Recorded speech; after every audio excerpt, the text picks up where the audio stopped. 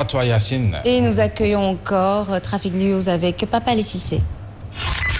Voici Trafic News. Rebonjour Papa Lessissé. Papa Lessissé, rebonjour.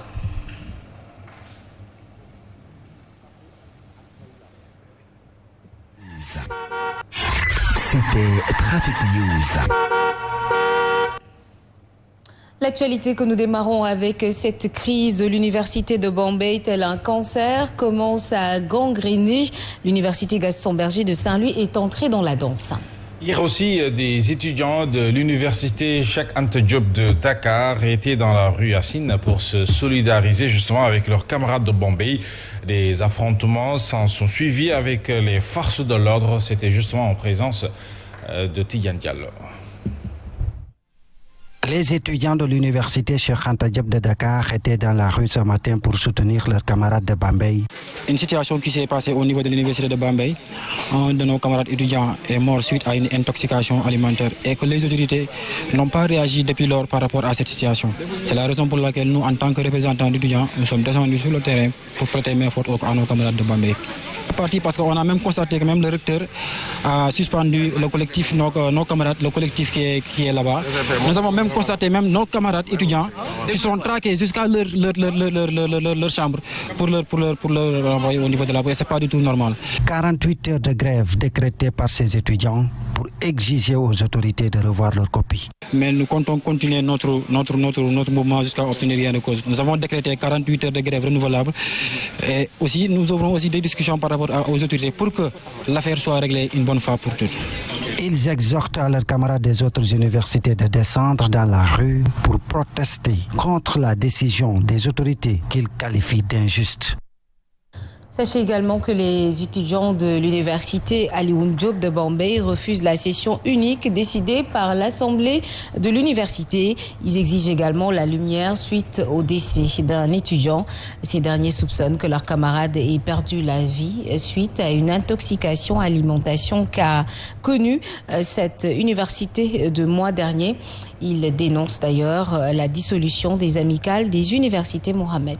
Nous restons toujours sur cette crise dans les universités justement du Sénégal. L'ancien médiateur de l'UCAD donne son point de vue sur la situation qui prévaut actuellement. Selon le professeur Bobo Diop, on doit accélérer plutôt le processus de négociation pour trouver une solution à ces problèmes et mettre en place une commission de suivi.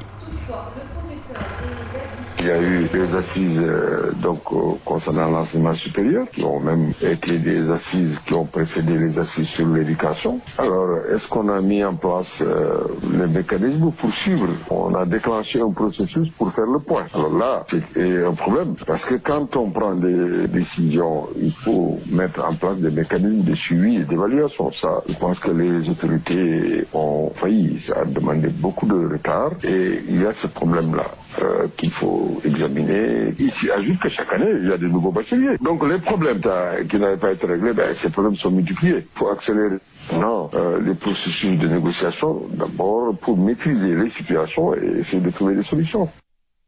Je vous le disais en titre, ils étaient en conférence de santé et autres prestataires du système social réclament à l'État du Sénégal la somme de 25 milliards de nos francs au titre de la dette cumulée. Et pour ces derniers, la quasi-totalité des mutuelles ne peuvent plus supporter les charges fixes, ce qui détient sur la qualité du service rendu aux populations qui ne peuvent plus bénéficier de soins de qualité. Demba Wade, coordonnateur du réseau international du droit à la protection sociale, au micro d'Alassane Baldé. Pour le règlement de la dette vis-à-vis des mutuelles et le règlement vis-à-vis des prestataires. Les autres couches de la population, le plan Sésame, j'en parle, c'est les gratuités, les enfants 0,5 ans, la césarienne, la dialyse, c'est les programmes. Si l'État ne paye pas, ces groupes ne pourront plus bénéficier de soins de qualité. Sur 3 millions, plus de 3 millions de handicapés, seuls 69 000 ont des cartes d'égalité de chance. Bon, nous restons à la disposition du préfet et nous pensons qu'il va nous autoriser à faire cette marche-là. Parce que nous faisons une marche blanche, une marche pacifique, le 16 à partir de 15h après demain. Et pendant ce temps, Yacine Seck, les 4 syndicats de la santé, tous unis comme une seule force, étaient en sit-in ce mardi 14 décembre 2021 dans les locaux de l'hôpital Amadou Sakhir Mbaye de Louga. Ils protestent ainsi non seulement contre la suspension de la subvention annuelle de 100 millions, mais aussi et surtout la récupération de la tutelle du dit montant déjà entamé dans l'exécution des tâches de santé publique. Inadmissible, juge-t-il, en attendant aller jusqu'au bout de cette épreuve de force engagée par les autorités au plus haut niveau. Inadmissible, trouve-t-il aussi, dans un contexte de gestion très délicate de la santé publique depuis le début de la pandémie à coronavirus. Depuis Louga, Galaï Silla. Les agents de l'hôpital Amadou Sakhir Mbaye de Louga ont tôt ce matin investi l'esplanade de l'établissement public de santé pour protester contre le retrait de la centaine de millions de subventions annuelles. Ali Nebede porte leur parole. L'État donne d'une main et reprend de l'autre. Des fois, je me dis, bon, l'État se fout des populations ou bien des travailleurs parce qu'on ne comprend pas, on ne comprend rien du tout. Au début, quand ils ont annoncé cette augmentation, nous avons applaudi et tout le monde était content. Mais aujourd'hui, on a eu la surprise de notre vie et vraiment, c'est déplorable pour un État sage. Je pense qu'il ne doit pas fonctionner comme ça et essayer de revoir certaines décisions avant de les prendre. Toujours selon lui, le retrait du dit montant déjà entamé dans le budget est une grave entorse au fonctionnement de la structure de santé. Je pense que la notification devrait venir bien avant qu'on fasse même les réaménagements budgétaires dans la mesure où toutes les entreprises font des réaménagements budgétaires. On n'est même pas sûr de pouvoir payer les salaires. Ça, pour les primes, on n'en parlons même pas. Des 100 millions alloués, les 30 qui ont été déjà dépensés devant être remboursés de provoquer la colère des travailleurs qui se demandent la destinée de l'argent à recouvrer. Nous parlons également de l'apparition du variant Omicron au Sénégal à la Somone. Plutôt, les acteurs du tourisme ne veulent plus entendre parler de la restriction anti-Covid-19. Parce que tout simplement, Yacine, selon eux, le secteur est fortement impacté et invite plutôt les populations à faire preuve de responsabilité sur les mesures édictées par les autorités sanitaires. Mbour, Aline Badrosonko. Apparition du variant Omicron. À la Somone, les acteurs touristiques ne veulent plus de restrictions anti-Covid. Surtout pas une refermeture, ça ne sert absolument à rien. Oui. Ça ne sert absolument à rien. Oui. Donc, vivons avec, faisons attention et voilà, la vie continue.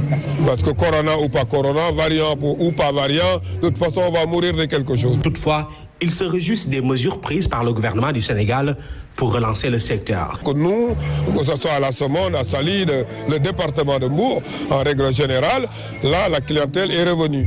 Donc, vive les personnes et encore mille merci à ceux qui nous ont accompagnés pour nous entendre quand on a crié pour l'ouverture des frontières. Donc encore merci et gardons le cap comme ça et soyons vigilants. Lors de cette rencontre, le directeur général de Africa 6 a remis des subventions à des associations de jeunes et sportives de la commune de Somone.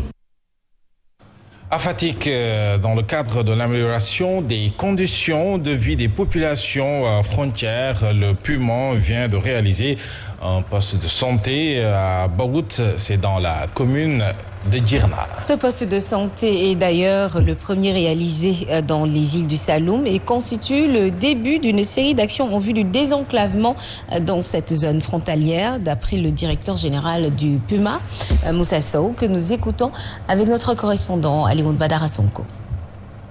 Le Puma a donc octroie aux communes ou aux populations des zones frontalières.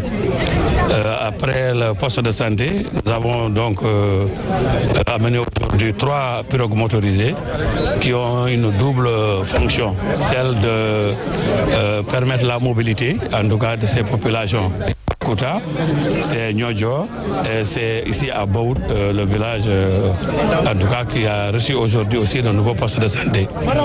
À cela, nous allons joindre une ambulance médicalisée qui sera prépositionnée au niveau de Foundiougne et qui va servir de relais en cas donc d'évacuation. Une fois atteint la terre ferme, l'ambulance pourra aller à Fatick, aller à Kaolack, aller un peu partout. Dans ce journal, sachez que le lancement de cette semaine, donc la nationale de la petite enfance, la cérémonie a vécu hier matin au CICAD. Le thème pour cette année porte l'éducation des tout-petits aux valeurs culturelles, mais aussi traditionnelles pour préparer leur avenir. Tagatu Tanki, suñu jikko wu rafet ngir waajal seenug ubbiku si àddunay ëllëg. C'est bien cela, Yacine.